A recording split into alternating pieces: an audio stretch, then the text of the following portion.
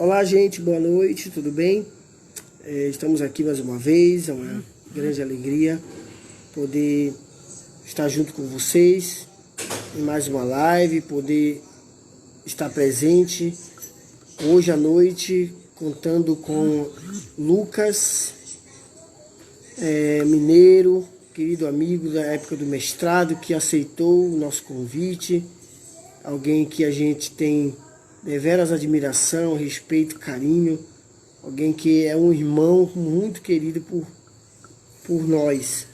Estamos aqui aguardando ele. O tema hoje é falar sobre educação e a ideia do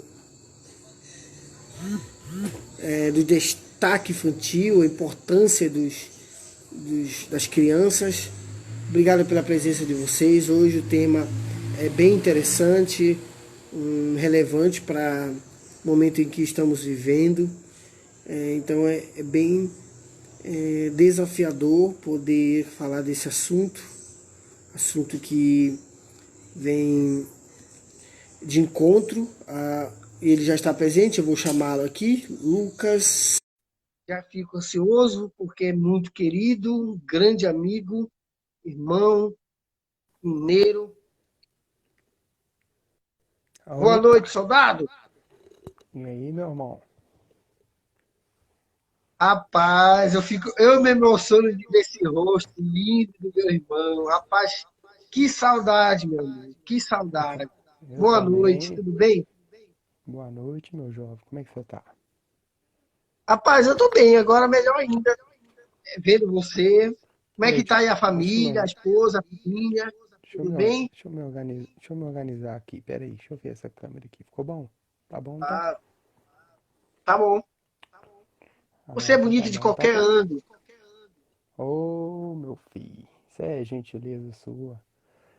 Honra. Por Bem, aqui tá tudo bem. boa noite, Por aqui tá. obrigado por aceitar o nosso convite. A gente tem feito inúmeras lives e contar hoje com a sua presença é importante porque você é um irmãozão para mim. Eu estou com muita saudade de você.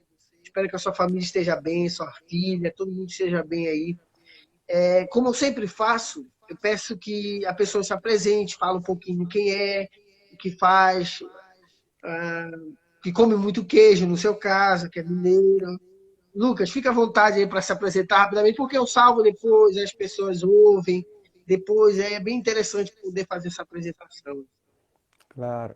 Então, primeiro é um prazer também estar aqui com você, né, meu amigo Ulicélio. Nos conhecemos lá em Curitiba, né, no mestrado de teologia, cuidado e organização pastoral, que foi minha linha de pesquisa. O Liceu já foi ensino da Bíblia, né, Uli? Sim, Eu sou mineiro, como ele disse aí, eu tenho 29 anos, moro em Belo Horizonte, tenho uma filha de 2 anos, o nome dela é Luísa, estamos aqui dedicando aos cuidados dela.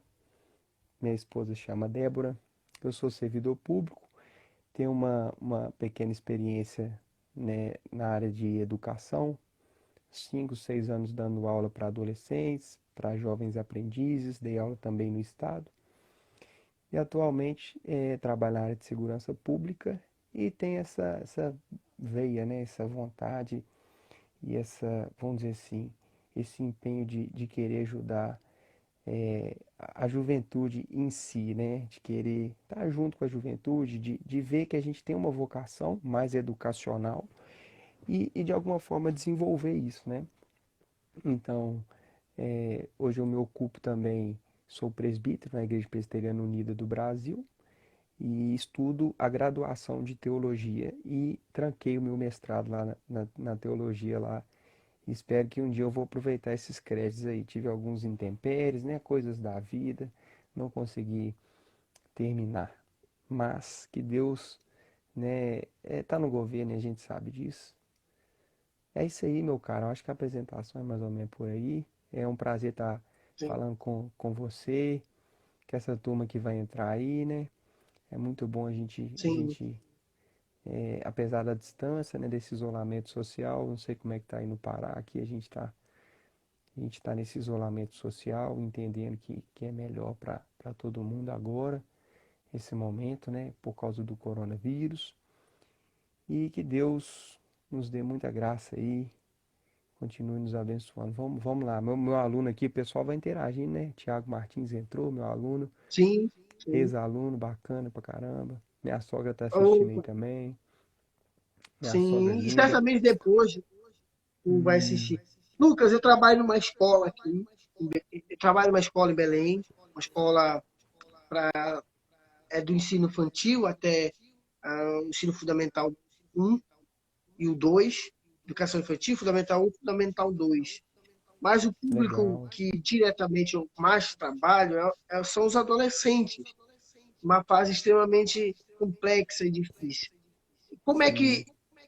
tu vê a educação para os adolescentes, a importância de uma educação consolidada, sólida, que isso contribui para os adolescentes?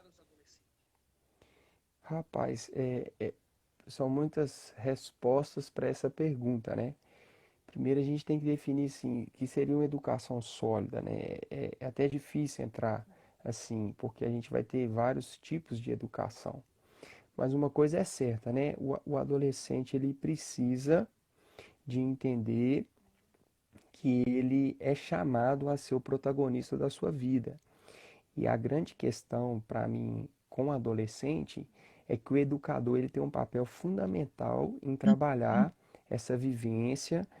Por quê? Porque o adolescente ele está aquela meados, né? Ele não é nem adulto e não é mais criança, vive uma fase muito conturbada por causa dos hormônios, por causa de todo o processo que o adolescente, né, vivencia na área da sexualidade, mudança de voz, mudança de pele, estoura a espinha, e, né, começa a se conhecer um pouco mais com relação ao seu corpo. Então você tem esse espaço de tempo, né, nesse lapso temporal aí de, vamos dizer, de 12 a 18 anos, que é uma adolescência, depois o pessoal vai estender para adolescência tardia um pouco mais, mas é um período delicado, né? E a gente sabe que a educação ela entra no sentido de o adolescente, mais do que a criança, agora a referência dele vai ser múltiplas. E o educador entra como uma referência que vai auxiliar no caminho para que ele crie essa própria independência, esse próprio protagonismo. E aqui eu quero chamar de protagonismo no sentido de, né, não entrar no tema, mas a educação em si vai ajudar ele a fazer esse caminho, né? Não ser um amuleto, não ser uma muleta, nem uma bengala, mas dar ferramentas para essa educação, né, tomar corpo, tomar solidez, né? E a questão da educação ela é muito importante, porque através da educação é a mudança do entendimento que vai fazer alguma transformação, né, real, assim. Sim, Eu acho que é mas mais ou menos é por muito aí. importante, por favor, é muito importante os adolescentes, quando eu usei a expressão sólida, eu não quis falar de ideologia, eu quis falar de uma educação que trabalhasse a formação dele, né? De uma maneira como Sim, um bom sim. cidadão, independente da É, ideologia, nesse sentido, né? Porque o que a gente vê também é que os adolescentes eles têm inúmeros acessos hoje, principalmente, várias isso. maneiras Uhum. de ser educada. Aí, quando eu falo de uma maneira sólida, eu não estou falando de posições ideológicas, eu estou Não, falando de ele ser formado como um bom cidadão, nesse sentido. Aí, então, eu foquei mais agora a pergunta para isso. Ou seja, qual a importância de trabalhar nos adolescentes para que eles sejam profissionais, isso aí cada um vai escolher, mas ele aprender valores e éticos, morais de um bom cidadão. então, mas isso é bom demais, porque essa educação é a que precisa, né? Por quê? Porque muito mais do que o conteúdo, é como que a gente vai lidar com a nossa realidade no dia a dia. Como que esse adolescente, né, vai lidar com a sua realidade, com os seus contextos, com a sua família, com os seus relacionamentos, com os afetos que ele irá construir na adolescência, porque vai construir vínculos, né? Tem aquela galera do terceirão que marca muito a vida da gente, e a gente sabe, né, aquela passada ali para o vestibular. E ué, a importância dessa educação ela é total, porque quando se fala, né, desse termo que você usou, que é muito bacana, que é o termo de cidadania, para se formar um cidadão, não se forma um cidadão sem entender as suas responsabilidades. E aí são, é um campo muito amplo de responsabilidade, porque nós estamos falando de responsabilidade política, nós estamos falando de responsabilidade nos relacionamentos, nós estamos falando de responsabilidade com o trabalho, com a inserção no mercado de trabalho. E aí a gente faz todo esse caminho, né, auxiliando com essa educação. Por quê? Porque a grande questão, Uli, eu acho, é que a gente tem que gerar acesso, né? Eu costumo falar que é abrir o leque para o adolescente. Pô, o adolescente muitas vezes não consegue vislumbrar aquilo que ele deseja. Por quê? Porque não lhe é apresentado outras opções. E aí tem dois caminhos, né? Um caminho de reflexão, de autoconhecimento, porque eu preciso saber em que eu sou bom, o que eu gosto, né? Para trilhar esse caminho, vamos dizer assim, dessa cidadania junto com essa educação, né? E o outro caminho é a gente, de alguma forma, propiciando opções. Quais opções que eles vão ter de acesso a tudo, né? A arte, a cultura, né? Ao conteúdo, ao acesso que você está falando, né? Porque a informação, como você disse, a informação ela está aí. Mas será que essa informação ela chega? Será que essa informação chega a nível de entendimento? Porque uma coisa é ter informação, né? Outra coisa é a gente entender essa informação e torná-la prática. Como que isso se faz, né? Esse é um desafio também. Eu acho que, Sim, não sei se eu respondi não, Licério. sim, Você é não? um homem tão, você é um homem tão bonito, com a barba tão bonita como essa. Ô, rapaz. E, Lucas, você que é pai de uma bebê linda, qual a importância do pai, por exemplo, além de entender a importância da educação, que eu posso chamar secular, no sentido de que ele possa estar ali sendo acompanhado por profissionais da área do ensino, mas e a importância do pai presente, né, na educação e na formação desse adolescente? Qual é a importância nisso? Rapaz, essa é uma pergunta muito boa de ser respondida. E a minha filha não é adolescente ainda, né? Então eu não posso falar como pai de adolescente. Posso falar como um educador dos adolescentes igual você e trabalho com esse público. Eu gosto de citar uma frase do Rubem Alves, que é um teólogo, né? Foi pastor e educador, gosto muito dos livros do Rubem Alves. Rubem Alves fala que o adolescente ele quer distância dos pais. E ele usa até uma frase, né? O adolescente é uma entidade que ainda não foi encontrada. O que é isso, né? O adolescente, de fato, ele não deseja que os pais estejam, né, muito perto dele. Mas ao mesmo tempo, o Rubem Alves ele faz um paralelo legal que ele fala, ó, é aquela política do bate e assopra. Você não precisa estar em cima do menino, não vale a pena perder noites de sono por causa do adolescente, porque o adolescente está preocupado com a coisa dele. Ele não quer que o pai fique na cola dele, não quer que o pai fique em cima, né? Então ele fala o seguinte: esteja naquela política do bate e assopra, né? Esteja longe, mas ao mesmo tempo esteja perto se ele precisar.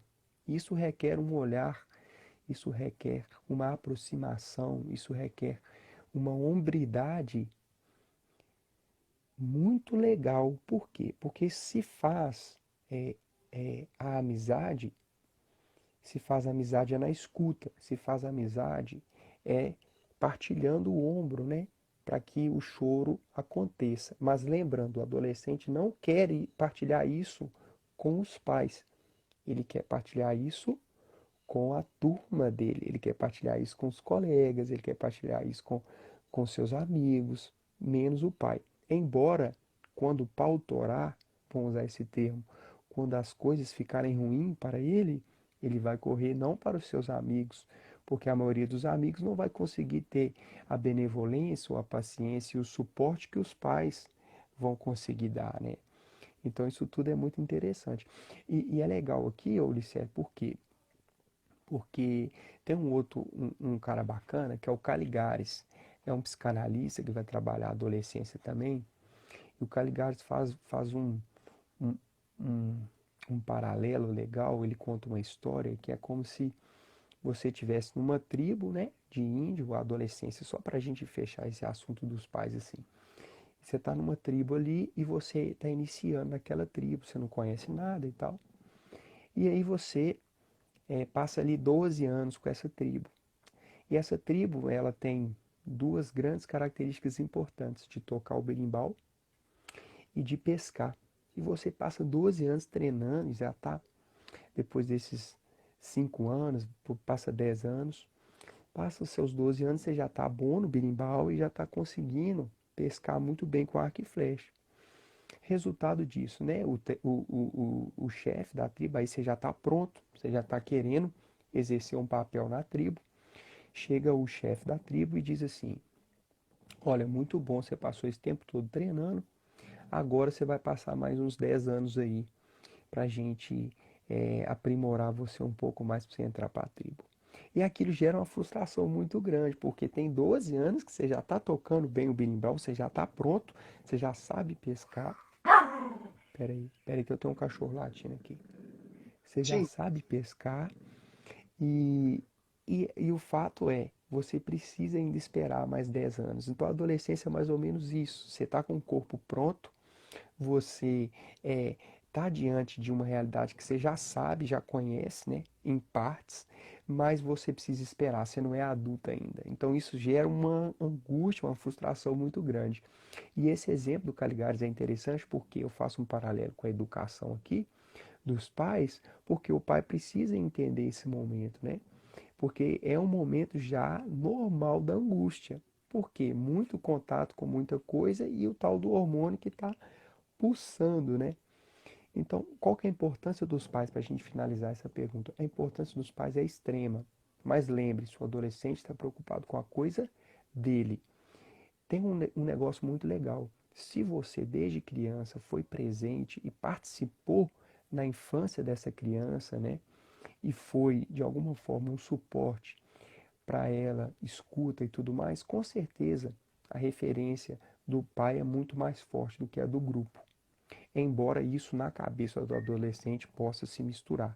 Mas se isso foi de fato uma verdade, foi construído o relacionamento paterno no sentido de amizade, de querer o bem, né? E aqui eu tenho que lembrar dessa escuta, tá?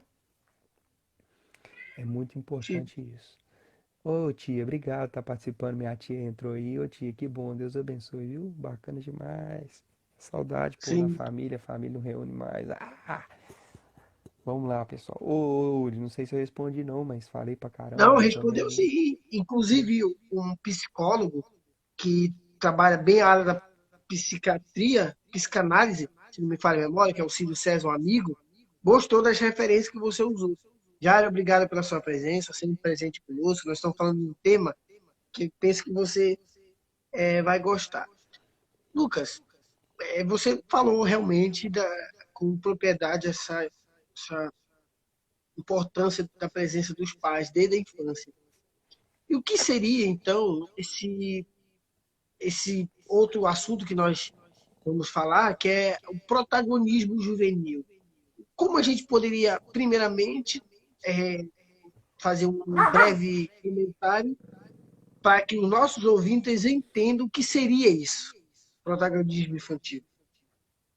Protagonismo juvenil, é isso aí. Olha só, Isso. rapaz, protagonismo juvenil seria. Espera só um minutinho que eu tenho um cachorrinho aqui que tá me dando um trabalhinho. Ô meu filho, vem cá, participa da live aqui. Eita, pode trazer ele. Ele tá aqui rosnando aqui, eu acho que não tá gostando do que eu tô falando, não. Ah, tá. Uma situação aqui. Amor, você que tá aqui dentro, me ajuda aqui. Você que entrou na live aí. Um minuto, por favor, gente. Ela tá entrando. Obrigado, obrigado. Então, irmão, protagonismo juvenil. O que que a gente pode falar, pessoal, que está nos assistindo, está junto com a gente? Desculpa dar uma pausa aqui. Quando a gente fala de protagonismo, é bom trazer a essência mesmo da ideia do teatro. O que que é um protagonista? É um protagonista, de alguma forma, é aquele que vai criar é, a demanda, ele vai entender as suas circunstâncias em volta, vai conseguir visualizar essas circunstâncias e de alguma forma vai trilhar o seu caminho. Então é legal um paralelo também, é como se você estivesse numa charrete e ali a gente tem uma charrete de um cavalo só e a rédea está na sua mão, né? Você puxar para a direita, você puxar para a esquerda, mas lembrando que o chicote é seu também. A hora que você instala o bicho anda, né? A hora que você parar, ele dá uma parada. Então, o protagonismo é nada mais, nada menos do que você entender que você pode trilhar um caminho que seja único, sem fórmulas, porque eu não quero entrar aqui, Ulisses, naquela ideia de autoajuda, você tem 10 passos para fazer aquilo, 25 passos para fazer aquilo, se você fizer isso, gerará isso, né? Não é isso que eu estou querendo dizer, mas de alguma forma entender que na adolescência é um período crucial para trilhar a juventude em si, não só na adolescência, para trilhar um caminho onde você pode ser o protagonista da sua vida. Você pode estar com as rédeas na mão e dizer, não, isso eu quero, isso eu não quero. Isso eu consigo alcançar, isso daqui eu não consigo alcançar. Então isso tudo é muito importante, né? O protagonista Sim, seria isso, ou ele um ponto sim. final, assim, uma coisa legal. Eu uso um livro aqui legal também, vou até fazer uma referência aqui, ó. É o Dorothy e o Hitchell, são dois psicólogos bacanas demais. Os adolescentes aprendem o que vivenciam. É um livro bacana, esse livro eu já li, é um livro muito bom. E tem um capítulo que ele se dedica aqui, né? É, o, o adolescente ou o jovem que vive com é, no meio de ambiente, do ambiente que gera confiança, esse jovem será mais confiante e ele tomará melhores decisões. Então, o que eu quero dizer com isso? Tudo isso influencia também o protagonismo, né? As circunstâncias. Mas sempre há espaço para que você crie seu próprio caminho e seja, de fato, uma pessoa que vai tomar as rédeas da própria vida e vai dizer, não, eu sei aonde eu quero chegar, eu sei aonde eu posso ir. Isso é muito interessante, né? Eu acho que o Sim, protagonista é por aí. sim. Não, falou brilhantemente. E como o pai ou o responsável pode ajudar o adolescente a trilhar esse caminho, a entender a importância, inclusive ajudá-lo. Que caminhos ele pode fazer para ajudar o adolescente nesse sentido? Então, vamos lá, olha só, o que que acontece muito? A gente está falando de relações familiares, né? Relações familiares, elas têm, elas existem inúmeros papéis que existem nessas relações. Quando a gente fala do papel de um pai presente ou de os pais, né, tanto a mãe quanto o pai presente na vida de uma criança e de um adolescente, a gente não consegue tirar esse adolescente do contexto que ele tem, que ele está inserido. Então vamos dar um exemplo é clássico aqui. Quando você vai para um lugar, por exemplo, Brasília, onde você tem talvez mais da metade da população trabalhando com funcionarismo público e pessoas de alta classe com a renda alta, você tem o que a gente chama de predestinação parental. O que que é isso? Pô, o filho do juiz provavelmente vai ser um juiz, ou se não um desembargador. Quem é senador, provavelmente o filho vai ser um político, vai ser um deputado, vai ser um deputado federal no mínimo, vai lutar para ser um senador. O que que eu quero dizer com isso? Eu quero dizer que o contexto ele vai influenciar muito isso, né? e um contexto geral, aqui eu estou falando do contexto amplo, né? Não das relações. Mas quando a gente vai trabalhar a relação, existe uma questão que é: será que o filho do senador de fato será feliz sendo senador? Porque no final das contas, o que o ser humano quer e o que o jovem quer é relações que vão se corresponder para que ele seja feliz, né? A criança, ela tem isso muito, né? A criança, ela, quando ela fala que quer ser um astronauta, que ela quer ser um bombeiro, é porque ela vislumbra ali uma felicidade, ela vislumbra ali uma alegria, né? Ela não vislumbra o labor do trabalho, ela vislumbra brincar de ser um bombeiro, brincar de ser um astronauta, né? A gente cresce, a gente perde essa essência e a gente começa a entender que o trabalho é um fardo. Quando não se tem esse autoconhecimento de que você pode exercer um trabalho e não exercer um fardo, que o trabalho não é só uma questão de ganho financeiro, isso é muito importante nas relações. O que eu quero dizer com isso? O pai que não vai colocar o anseio dele totalmente nesse adolescente para que o filho dele seja bem sucedido financeiramente, e isso é um status de que a gente tem uma vida boa, provavelmente esse filho vai ter um caminho melhor para se trilhar. Porque eu não estou colocando toda a minha ansiedade de adulto e o meu medo ou aquilo que eu não consegui para o meu filho, para o meu adolescente. Isso é uma questão decisiva, porque quando se joga um fardo que você carrega, né, e tem um problema com isso, e de alguma forma não resolveu isso nos porões da alma, da sua vida, há grande chance de você demandar isso para o adolescente, para o jovem. E isso é um problema. Isso é um problema muito grande. Como que o pai vai ajudar o filho a trilhar esse caminho do protagonismo? Vai ajudá-lo de forma que ele trilhe seu próprio caminho, entendendo o seu caráter, entendendo as suas circunstâncias, o seu contexto e qual que é as características, o que a vocação desse adolescente. Porque quando a gente casa ganho financeiro com vocação, a gente tira essa ideia de tripalium. O que é o tripalium, né? É a ideia de onde vem a palavra trabalho, que era um instrumento de tortura. Então, o brasileiro carrega esse fardo desde a história. Se a gente fazer um contexto, né? O brasileiro está carregando esse fardo do tripalho desde a história. A gente é subjugado ao trabalho como um fardo, como um problema, como um ambiente de tortura. Só que pode ser diferente, né? Esses meninos estão muito mais antenados que a gente hoje, e isso pode ser diferente.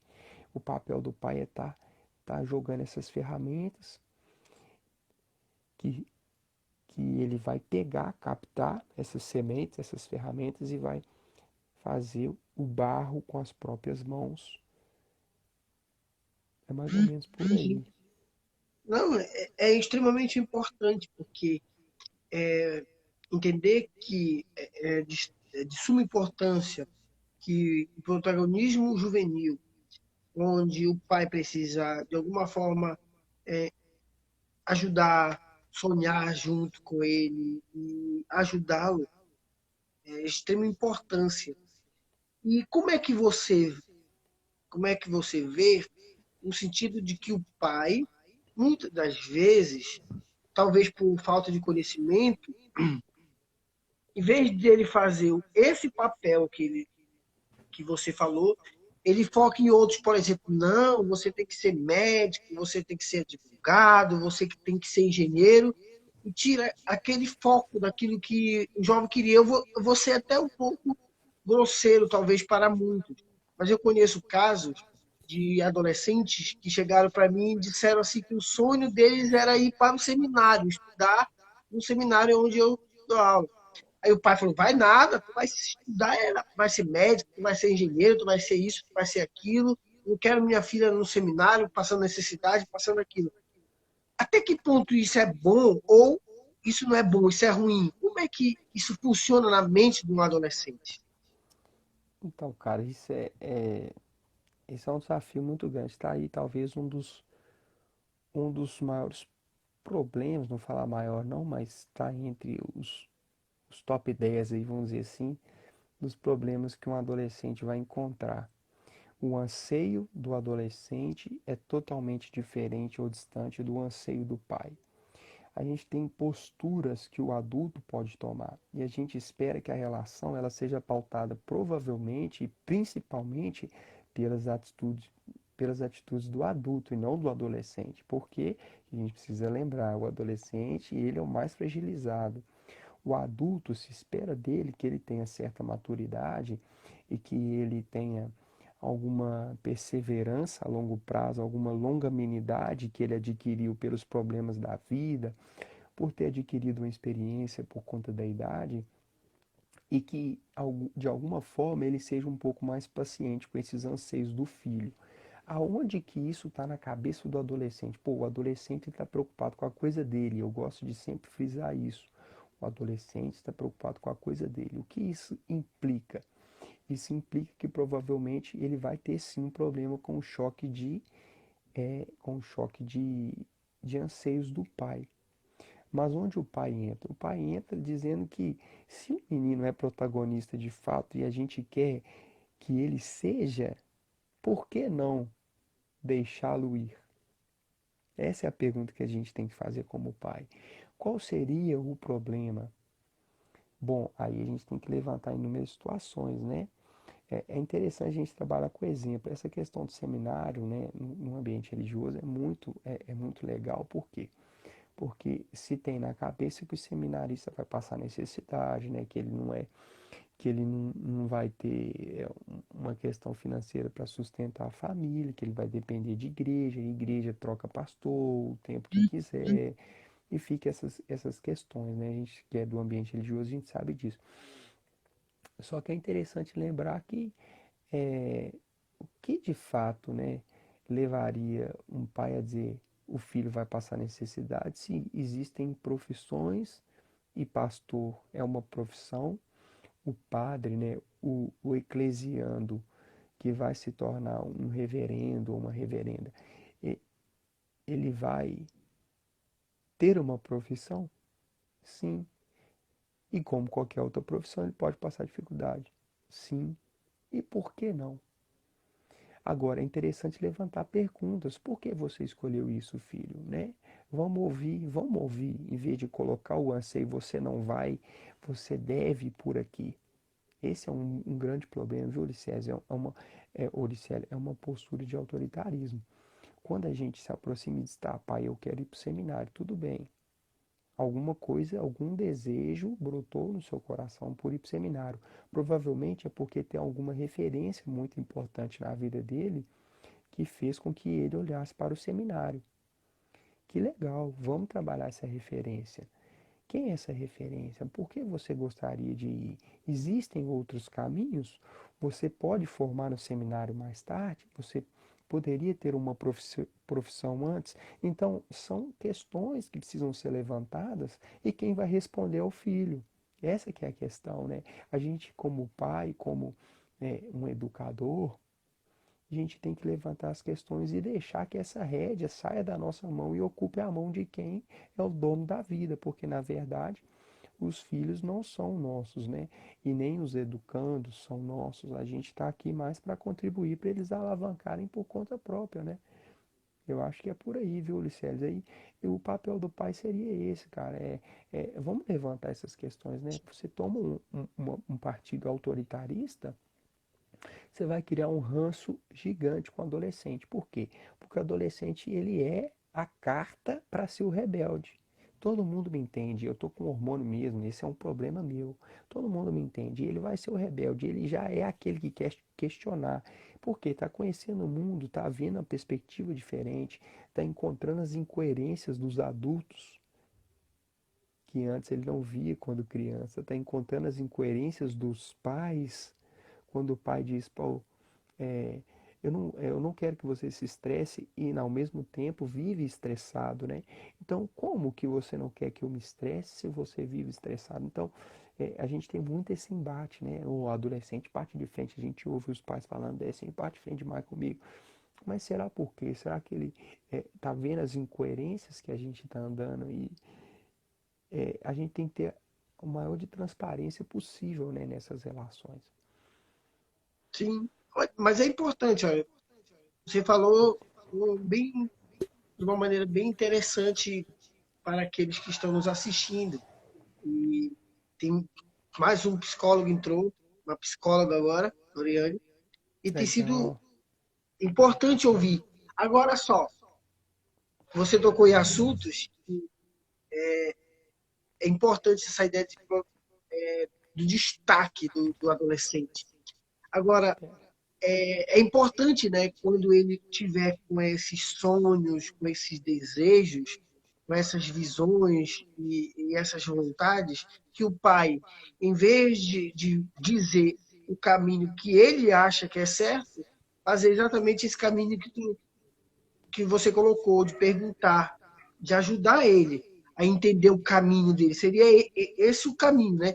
De você não direcionar sem antes entender o caminho que ele quer. Seria isso? Ou seja, vou te ajudar a entender, a se encontrar, em vez de dizer algo que eu penso que é melhor para ti. Seria isso? Seria isso, mas olha só, essas coisas não acontecem numa reunião onde tem uma mesa branca e se apresenta papéis e se conversa formalmente sobre isso, né? A gente tem que lembrar disso, não existe essa perspectiva, e eu acho que a vida não é linear nesse sentido, de você sentar, né, jogar as cartas na mesa e dizer, agora nós vamos conversar e traz uma conversa formal, né? Se for por esse lado, tem grande chance da coisa dar errado. A não ser que isso possa acontecer, não que isso não aconteça, mas pode. Mas os ambientes que isso aconteça está mais naquela perspectiva da convivência. O que eu quero dizer com isso? Quando a gente fala de família, quando a gente fala, né, de convivência, a gente está falando de afeto, das relações que já estão construídas. A gente sempre está partindo de um ponto, né? Essas relações, elas não são construídas do nada, né, Ulicélio? Então, o que que isso significa? Significa que esse caminho da escuta que eu estou propondo aqui, que é um caminho do afeto, da hombridade, de trabalhar com amor mesmo, né? Ele não vai ser dado nessa posição de autoritarismo. Por quê? Porque o jovem e o adolescente, principalmente, ele é o rebelde. Qualquer um que aproxima com autoritarismo para ele vai receber na mesma moeda. A gente sabe muito bem disso. Embora muitas vezes é necessária essa postura. Desculpa, tá caindo aqui. Embora muitas vezes é necessária essa postura. Opa, a câmera aqui tá fugindo, gente. Só um minuto. Desculpa. Embora muitas vezes é necessária essa postura. Qual? Olha, aqui é o seu limite. Então, é a política do bate-a-sopra. Você fala, dá uma mordida boa, mas ao mesmo tempo você dá uma soprada, né? O adolescente precisa entender o limite também, porque esse limite vai partir do adulto e não dele. Mas retomando aqui, então essas relações elas não vão ser construídas, né, nessa base desse formalismo. O que que eu quero dizer? Você vai estar com o filho e quando ele lhe der abertura, seja vendo um filme, jogando um futebol junto, jogando cartas, dominó, ou participando de um game junto com ele, uma coisa que ele goste de fazer, né? Os meninos estão muito antenados com isso, né, cara? A gente não pode chegar numa linguagem que seja totalmente outra, que você não vai alcançar o leitor, né? Você não vai alcançar o seu interlocutor. Então, o com o filho é a mesma coisa. Nasce uma geração que está totalmente diferente, cara. Como que você vai aproximar? A pergunta é assim, como que você vai aproximar? E como que você vai fazer esse ambiente de escuta, né? Por quê, ô Licério? Porque na cabeça de muita gente se resolve as coisas nessa sentada formidável, né? Vamos dizer, essa sentada com a mesa branca, os papéis, para a gente resolver os problemas. Não, cara, torna a vida mais leve, né? Vai caminhando com ele, vai ouvindo. Pô, fala a gíria que ele tá falando. Mas saiba que você não é um deles. Esse é o limiar que é muito difícil muitas vezes, né? Como educador na sala de aula, é, a gente encontrava essa dificuldade muitas vezes no adolescente. Por quê? Porque eu chegava brincando, fazendo brincadeiras e tal, e ele começa a achar que você é um dele. Mas ao mesmo tempo você tem que dizer, olha, eu estou aqui, mas eu estou trabalhando e o meu papel não é esse daí não. Ser seu coleguinha não. Meu papel é ser o seu educador. Quando você deixa isso claro, quando você põe limite. Só que os pais é a mesma coisa, porque a gente tem o antagonismo disso, né, Auricélio? Que é o pai que quer ser o amigão, mas ele deixa de ser pai. Ele deixa de ser aquele que vai pôr limite. Ele vai ser o amigão do filho para tudo, né? Não, não. É importante ter essa amizade, ter esse afeto, mas continua sendo pai. Esse sentido de autoridade, esse sentido de genitor, esse sentido de que você provém para ele, né? Para ela, que seja. E isso é muito importante, né, Ulicélio? É um assunto que eu ia falar, era exatamente isso. Os adolescentes estão numa fase que muitas das vezes na mente dele um conflito entre o pai e os amigos, o pai e os amigos. E a importância do pai entender que ele, além de ser pai, precisa ser amigo do seu filho, participar das mesmas coisas que ele, acompanhá-lo, tentar dialogar, conversar dentro da proposta do adolescente. Qual é a importância, então, desse adolescente no sentido das suas amizades? Até que ponto as amizades podem influenciar positivamente ou negativamente? Por exemplo, se eu tenho uma boa amizade, essa amizade certamente influencia positivamente, mas e também negativamente? Tem isso mesmo? É importante tocar nesse assunto, até para os pais perceberem sobre isso. Não, esse assunto é muito bom. Ó, é, não sei quem disse isso, né? Tem uns psicólogos nos ouvindo aí, eu não vou nem me atrever a dizer quem foi o autor, não, mas a gente tem um princípio na psicologia, na filosofia, né? Nas ciências humanas, que a gente é fruto do nosso meio. Embora isso não seja totalmente numa visão totalitária, fechada, mas isso mostra muita coisa. A gente, né, vê que a cultura que estamos inseridos, aonde nós nascemos, as localidades, as nossas peculiaridades, né? Eu sou mineiro, você é do Pará, a gente viu, né? A gente teve contato com muita gente do país inteiro e o Brasil imersos em inúmeras culturas, né? O que que isso tem a ver com a sua pergunta? A gente não consegue falar de amizade sem citar o contexto que está inserido. Se eu tenho, né, no meu contexto, eu nasci numa periferia e eu tenho no meu contexto pais poucos presentes porque precisam trabalhar para sustentar a mim e os meus irmãos, que são mais de três, eu tenho um problema muito grande. Eu tenho aí talvez uma ausência na minha infância do meu pai e da minha mãe, com pouca presença, e alguém está educando essa criança e esse adolescente, né? Quem é esse alguém? Provavelmente será com quem ele está convivendo. Com quem ele está convivendo é a nossa próxima pergunta. Com quem ele está convivendo? Então, quando você vai para o contexto da periferia, por exemplo, se essa criança, né, almeja e convive talvez muito perto com a situação da vulnerabilidade, que seja ela por meio da criminalidade, eu não quero dizer que existe criminalidade somente na periferia, mas eu quero dizer que ali talvez é um ambiente mais explícito, né, onde se vê essa realidade escancarada e a gente não precisa esconder isso, isso é uma realidade, seja ela aqui em Minas Gerais, seja ela no Pará. Quando se tem ali esses adolescentes vivenciando isso e fazendo amizades com essas pessoas, poxa, existe a grande chance de vislumbrar uma possível posição no crime. Por quê? Porque as pessoas que estão à sua volta são as pessoas que estão é, ganhando dinheiro, tendo status por meio, né, de burlar a lei. E assim a gente vê muitos isso. Por quê? Porque o que ele tem em volta é aquilo ali. Então, qual que é a importância da amizade? Até que ponto essa amizade vai influenciar? Essa amizade influencia até o ponto de, do contexto de tudo isso e mais, e mais. Como que o pai, né, está sendo presente nisso. Essas realidades são múltiplas e isso é muito complicado de falar. Muito complicado, porque nós estamos falando de cultura, nós estamos falando de cultura local e nós estamos falando de cultura familiar, né? Isso tudo interfere muito, muito no adolescente, mas uma coisa é certa, ele vai ter contato com a turma e a turma vai trilhar um caminho para ele seguir, né? A gente precisa inserir, o adolescente, ele precisa estar inserido nessa turma, é natural dele, né? E para inserir em alguma turma, ele tem que passar por um processo, seja ele qual for. Vou dar um exemplo clássico, né?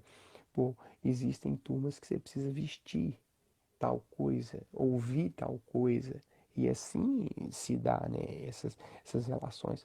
Então, isso tudo vai influenciar, né, essa questão da amizade, né, da amizade. Agora, lembrando, e eu quero citar o Rubem Alves de novo, o adolescente está preocupado com a coisa dele, com a turma dele. Então, se o pai ficar sufocando o menino demais, não deixa o menino viver, dá espaço para ele viver, só dá espaço, dá espaço. Por quê? Porque ele não vai lembrar de você quando ele estiver lá na festa, não. Ele não vai estar lembrando de você quando ele está lá com os amigos, né? Você está aqui morrendo aqui dentro de casa, onde é que tal? O menino está lá, não está nem aí para você. Então, mais ou menos por aí, né? Sim, mas é importante. Agora, muitos adolescentes, eles, eles crescem dentro de um contexto onde eles têm uma vida estabilizada, uma vida boa, e que não necessariamente acontece isso, mas temos exceções de que adolescentes, eles param de estudar, eles não querem investir em qualquer outra área, estão muito acomodados dentro de casa, naquela vida confortável que o pai propõe, isso e aquilo. Peraí, e agora? Como eu, como pai, como eu posso ajudar agora que ele, de alguma forma, se, se esperte para a vida? Nossa, Isso é cara. possível. Essa é, esse é o ponto do protagonismo, cara. Esse é o ponto do protagonismo. Nós temos isso na juventude, nós temos isso na vida adulta. Existem inúmeras pessoas que não se despertaram para a vida porque por inúmeros motivos, né? Mas uma coisa eu te falo, Licele, tem coisa que, como que eu posso dizer, cara? Vamos lá, 40 anos, vive em casa,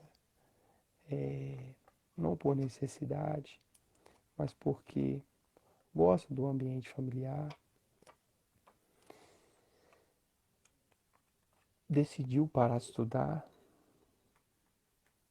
Cara, tem coisa que você fala assim, ó, a partir de hoje, migão, as coisas vão ser diferentes. O que a gente vê nessas relações, Ulisses, é que geralmente são relações de cumplicidade. O que eu quero dizer com isso? Pessoas que crescem e não desabrocharam para a vida ainda têm uma cumplicidade talvez muito grande, senso comum para a gente. E aqui eu não quero partir da vivência na área de psicologia e tal, que eu não tenho esse conhecimento, né? Minha formação, tenho uma base na teologia, mas a minha formação, né, é na área de administração. Eu falo aqui mais da minha experiência de educador, do que a gente vê nessas relações e ouvindo os adolescentes e muitas pessoas que vivenciaram esse tipo de relação que não desabrochou para a vida ainda, há uma cumplicidade muito grande dos pais e uma relação de superproteção também. Quando se superprotege desde pequeno, talvez ainda não tomou aquele choque cultural, né? Se vive naquela bolha que foi criada não só pelo adolescente, mas principalmente por quem teve a sua volta. E como que você fura essa bolha? Se você, de alguma forma, a gente tem um exemplo clássico, né? Que é o seguinte, não, o meu filho, aquela conversa, você está numa conversa e tal, e a mãe diz assim, não, o filho ele está tirando carteira e tudo mais, e eu disse para ele que vai pagar a carteira dele. Tudo bem, muito bom, que legal. Aí a outra diz, o meu filho, eu coloquei ele para trabalhar e tudo mais, mas infelizmente ele não conseguiu, né? Então eu vou ter que pagar essa carteira aí. Mas você não falou que ele ia é, pagar a carteira dele?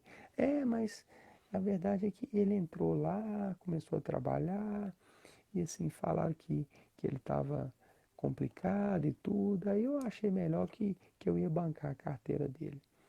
Então, assim, um exemplo tosco, talvez muito ruim, mas o fim do exemplo é o seguinte, pô, como que você dá um voto e uma voz para que tome uma autonomia, que é você trabalha, você conquista aquilo que você quer.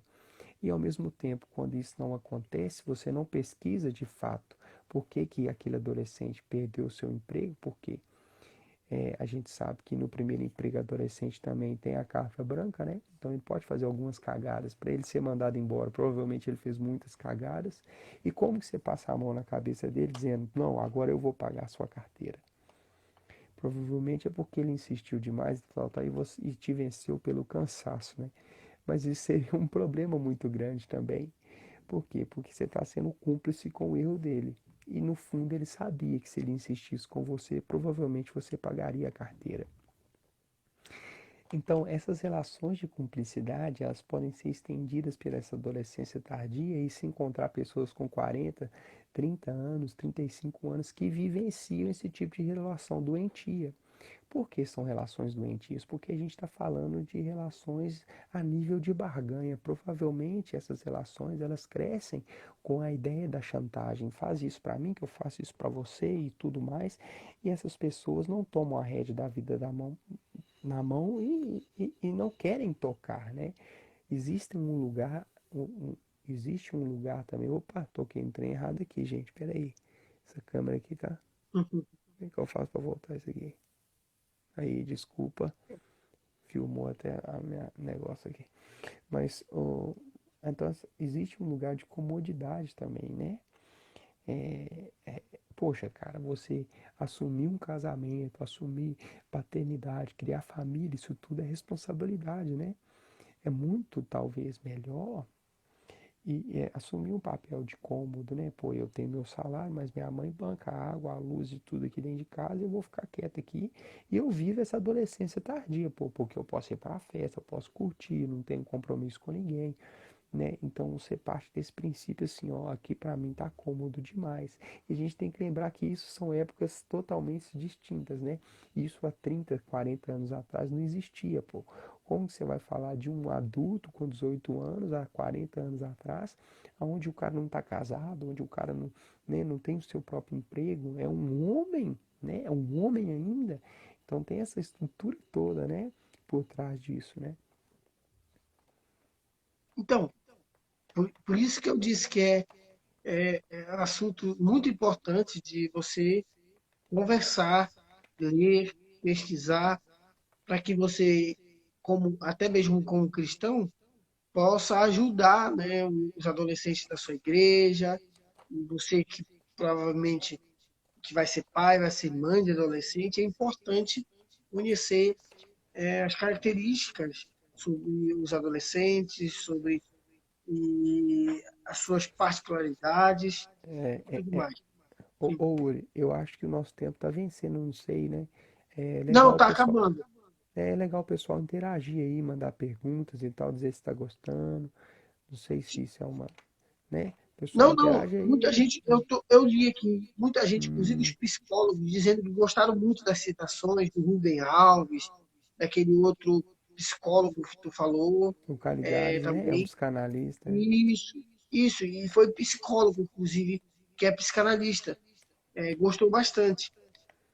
Mas, enfim, a gente cumpre, a gente tenta ficar no prazo que o Instagram nos dá de 1 hora, mas eu queria que tu apenas comentasse rapidamente sobre quais caminhos os pais que ainda não têm nenhum conhecimento, ou que é pai de uma criança, como é o seu caso, para que ele possa começar. Que leitura ele pode fazer? Que profissional talvez ele possa procurar para, quem sabe, ajudar também no desenvolvimento desse adolescente?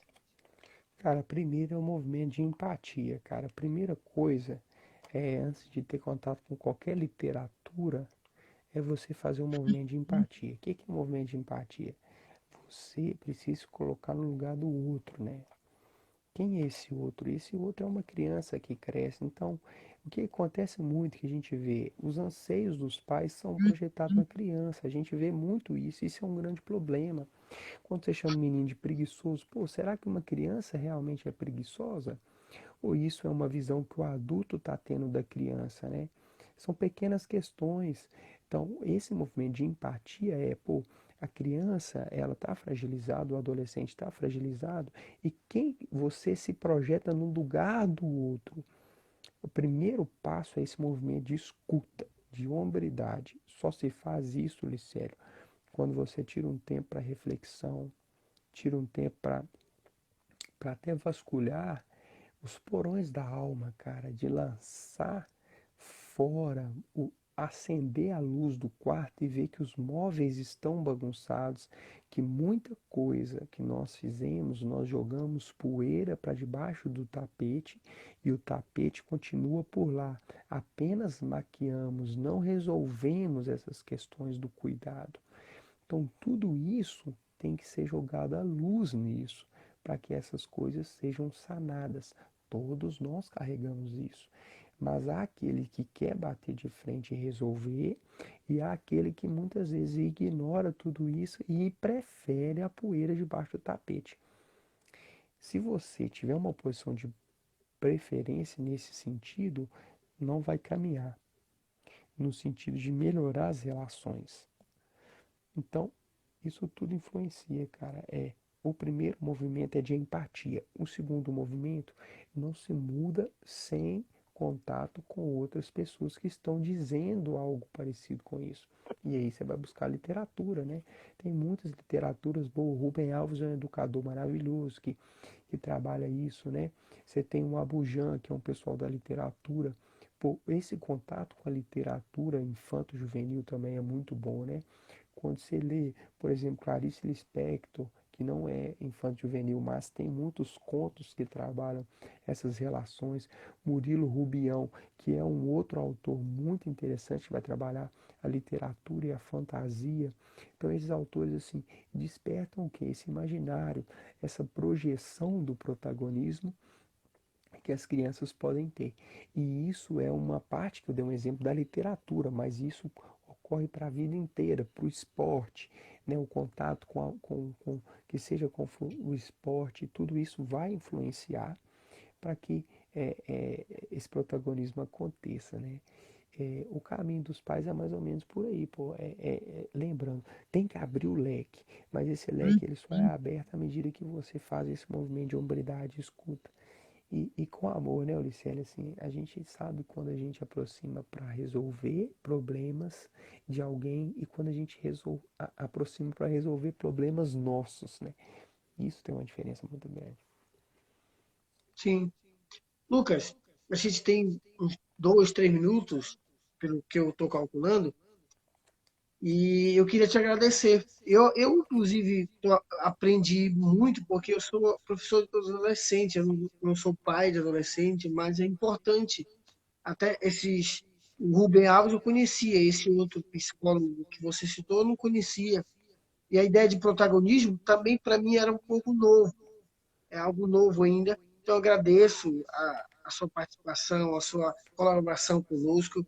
Eu vou salvar e daqui a pouco vai estar disponível aí no Instagram.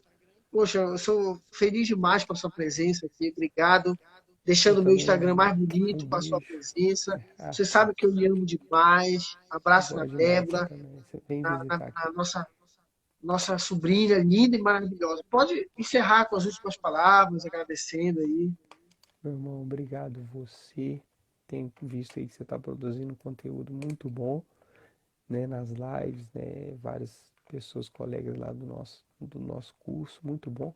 Cara, é um prazer estar com você, você é uma pessoa fenomenal, gosto muito de você, uma figura, cara, você é lindo, você mora no meu coração e eu desejo tudo de bom que você trilhe esse caminho da educação, né, ensinando o pessoal teologia, coisa que você ama, coisa que você sabe fazer, tem conteúdo, e que Deus continue te abençoando todo o seu ministério, seu trabalho, com os adolescentes, com a sua família.